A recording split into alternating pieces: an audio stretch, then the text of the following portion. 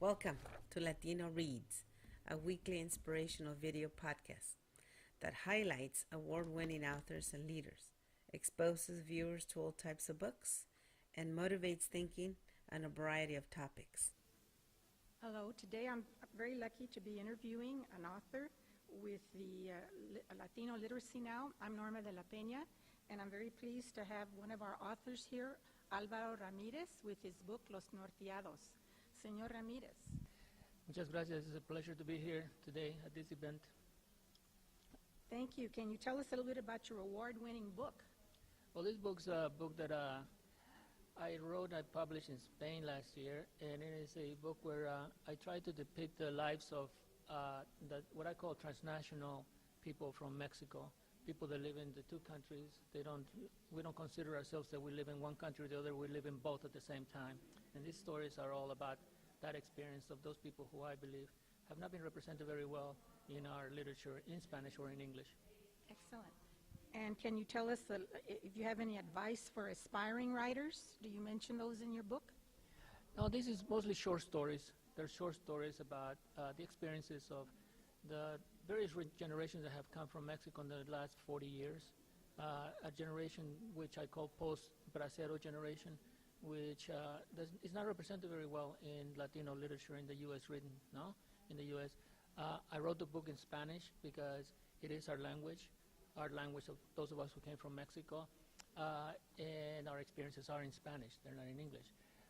So therefore, if I would encourage younger generations to write, I would encourage them to write in Spanish, because this is a language of the United States. It's not just English. Spanish is also the language of the U.S., but we need to write it in order to make sure that it is officially a language that is in use.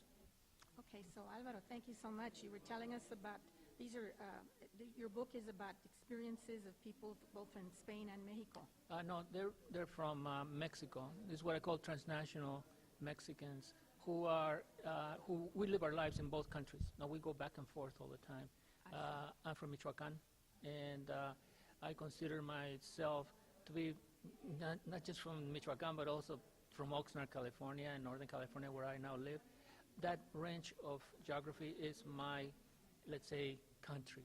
All of that. It encompasses two countries, and many people in the United States do that now. They encompass two countries. Their life encompasses two countries. Now that's where they live. That's where they experience life. And so therefore, these are stories about that type of their immigrant experience, if you want, also in the United States. I see. And where did you first start to write? Have you been doing this all your life? Did you start doing it in school, or when did you start writing? As a very young person, I've always been attracted to literature, all the way from high school. When I came to this country and I went to high school, and I always read a lot of literature. I learned English reading literature. And then I went on to college, and I just got into it. And I wanted to read my literature, meaning Mexican literature. So I went into Latin American literature. I got a PhD at University of Southern California here in Los Angeles.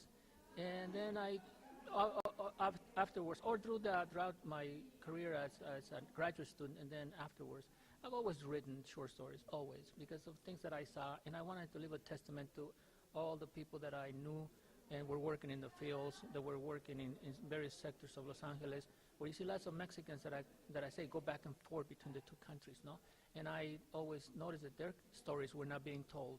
So I would jot them down, write them down, and lately I just decided that it was time to publish them, because as a professor, I publish literary criticism and other type of work, both in English and Spanish. But these stories I wanted to do them, as I said, in Spanish, because it is our language. Yes, and what was your major in school? You said you got your PhD? I got my PhD, actually. I'm at USC. I'm in Latin American literature and Golden Age literature of Spain. I did a comparative study of Don Quixote and major Latin American writers such as Jorge Luis Borges, Juan Rulfo, and Juan Carlos Onetti, and Alejo Carpentier from Cuba. And so that is my field of study. Now I also do a lot of Latino and Mexican American studies, where I teach a lot of things about culture. And for instance, right now I'm teaching a course on history of Mexican film. Excellent. I'm a former teacher, retired teacher in literature and writing also, both in English and English second language. and from South Texas, where we had both of the cultures, so very familiar with that. And also, as a teacher, I always try to bring in the literature of the background of the students, so I understand very well what you're talking about in terms of the importance. And let's see the title of your book again and where it can be bought. Los Norteados, you can buy it in Amazon. It's available. I'm pretty sure you would enjoy it very much.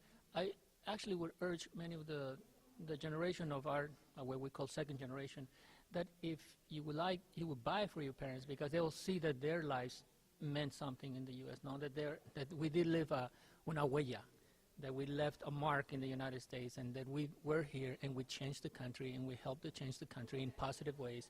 And this is what the stories are about, not just to let you know that your life here in the U.S. is part of the experience of the immigrants.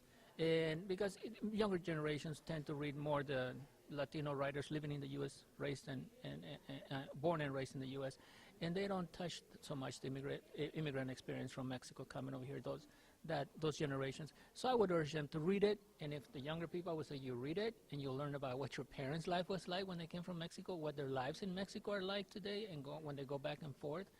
And for them, for the parents, obviously, to also see that their lives are now part of the literary experience in the United States, and in Mexico, for that matter, now because it's written in Spanish. Yes, thank you so much. Mil gracias, señor Álvaro Ramírez, Los Norteados. Muchas gracias. Gracias a usted. Catch more inspiring, award-winning authors every week on Latino Reads. Latino 24/7 will have new shows for you shortly. If you enjoy them, be sure to follow and rate them. We appreciate your feedback. Thank you.